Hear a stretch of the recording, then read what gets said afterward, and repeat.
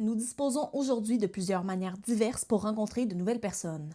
Mais comment éviter de se perdre dans le monde complexe des applications de rencontres? Et surtout, comment avoir une relation saine avec ces plateformes? Il est maintenant temps de répondre à toutes ces questions.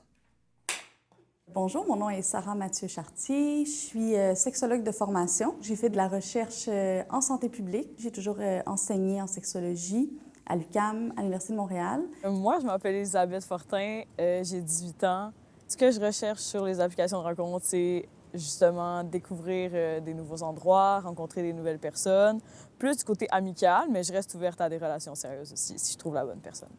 On est censé, sur une application de rencontre, mettre de l'avant ce qu'on cherche et ce qu'on est, mais ça suppose qu'on le sait. Mais la plupart du temps, on ne sait pas tant ce qu'on cherche, surtout au début de notre vie romantique, de notre vie d'adulte. L'important, c'est juste d'énumérer, de brainstormer avec nous-mêmes. C'est là qu'on est un petit peu plus au courant de nos besoins puis de où on en est.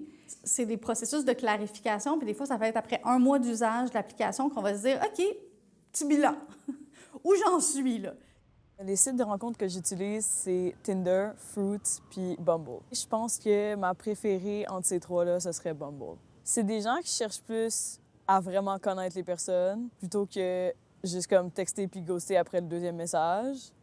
La question de l'appréhension du risque, de se dire que ça fait partie des possibilités, que quand je date ou quand j'ouvre une application de rencontre, il y a potentiellement beaucoup à gagner, mais il y a aussi des éléments où il va nécessairement y avoir des insatisfactions, des expériences négatives comme le ghosting, on pourrait dire, qui n'est pas respectueux, mais qui est une expérience qui est un petit peu inévitable. Puis, avec le Club Sexu, nous, on a même fait des publications. On essayait d'inviter les gens à réduire le poids qu'on alloue à cette expérience-là, puis de dire, bon, il faut laisser aller. Ça fait partie des modalités de communication quand on se connaît très peu. Comment minimiser les impacts sur notre santé mentale à la suite d'un événement négatif qui pourrait nous affecter? On a tendance à avoir des petits biais cognitifs. Quand on pense à une expérience, on va soit se rappeler juste du bon ou juste du négatif, plutôt que d'accepter que les expériences sont complexes, puis que même si à un certain moment c'est devenu négatif, il s'est passé plein de trucs positifs. Là, après, c'est est-ce qu'on va être dans un état où on rumine ça? C'est quoi nos stratégies pour prendre du recul? Puis on n'est pas obligé d'apprendre tout de suite de l'expérience. On peut laisser aller les émotions, essayer de prendre une petite pause peut-être de l'application, puis aller vivre des expériences qui sont plus du côté de l'amitié, de nos passions, pour après ça, tu sais, tempérer. Vous l'aurez compris, il peut y avoir du bon et du mauvais dans ce type d'expérience. La nature de celle-ci dépendra entre autres de notre manière d'appréhender les choses. Avant d'aller plus loin dans l'analyse, il est nécessaire de mieux comprendre le fonctionnement de ces applications. Elles fonctionnent parce qu'elles répondent à un besoin, c'est-à-dire de rentrer en relation, de réduire la complexité, mais en même temps, elles veulent faire de l'argent sur cette expérience-là. Et donc, plus on reste de temps sur l'application, bien, plus ça va être viable à cause des publicités, à cause aussi de la monétisation de nos données. Se rappeler ça, ça permet aussi d'avoir un jugement un petit peu critique sur notre usage. Ça se renouvelle tout le temps. T'es jamais à court de profil, puis quand t'es à court de profil, ils élargissent ta zone.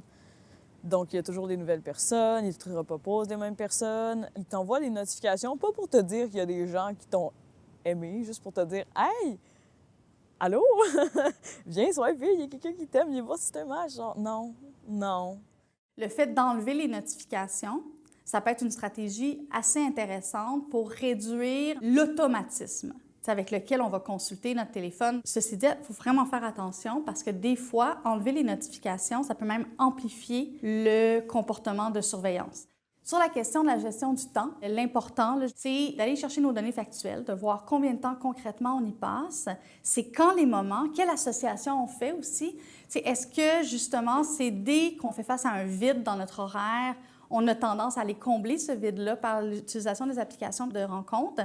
Puis ce qu'on veut, c'est peut-être transiter vers un usage qui est un petit peu plus conscient. Donc, là, j'ai envie de voir, d'explorer les possibilités de rencontre. Je le fais pour un certain nombre de temps. Je le fais avec une intention, puis je me mets une limite pour pas justement rentrer dans l'espèce d'état zombie dans lequel on peut sombrer avec notre téléphone de façon générale.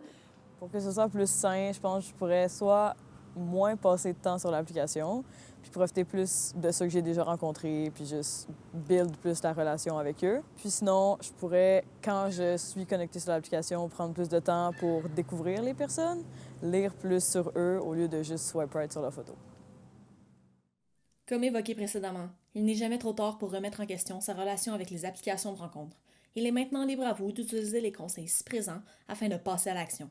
Ici Juliane Faneuf et merci de votre écoute.